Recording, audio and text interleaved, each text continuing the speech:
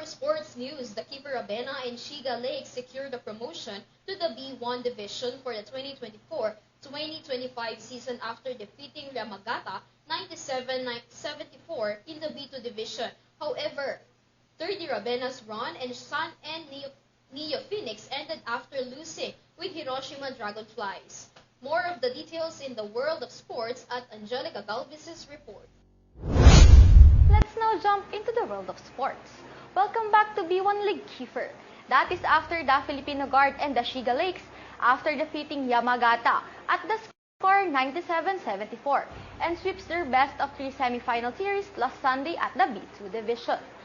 With their win, the Lakes not only clinched the spot for the final round of B2, but also secured a promotion ticket to the B1 division for the 2024-2025 season.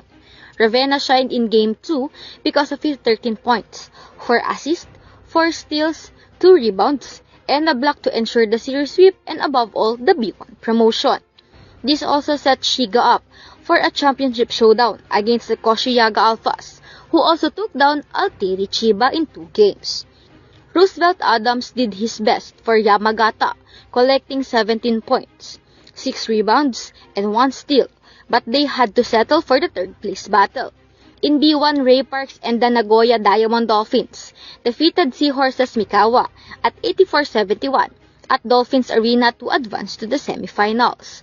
Parks scored 5 points and 1 dime for the Western Conference champions, who advanced to the semifinals against the Hiroshima Dragonflies. Meanwhile, the Hiroshima Dragonflies defeated the younger Ravena brother, 30 and Sun and Neo Phoenix at the score 69-66.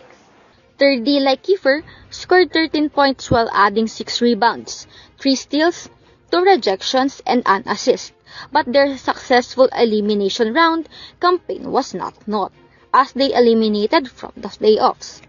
Parks Nagoya defeated Mikawa in their quarterfinals showdown at 84-75 to advance to semifinals round, while 30 Sun and also lost Hiroshima in the quarterfinals at 69-66, ending their run. And that's the latest sports news. I am Angelica Galvez. Back to you, Kriza and Alvin.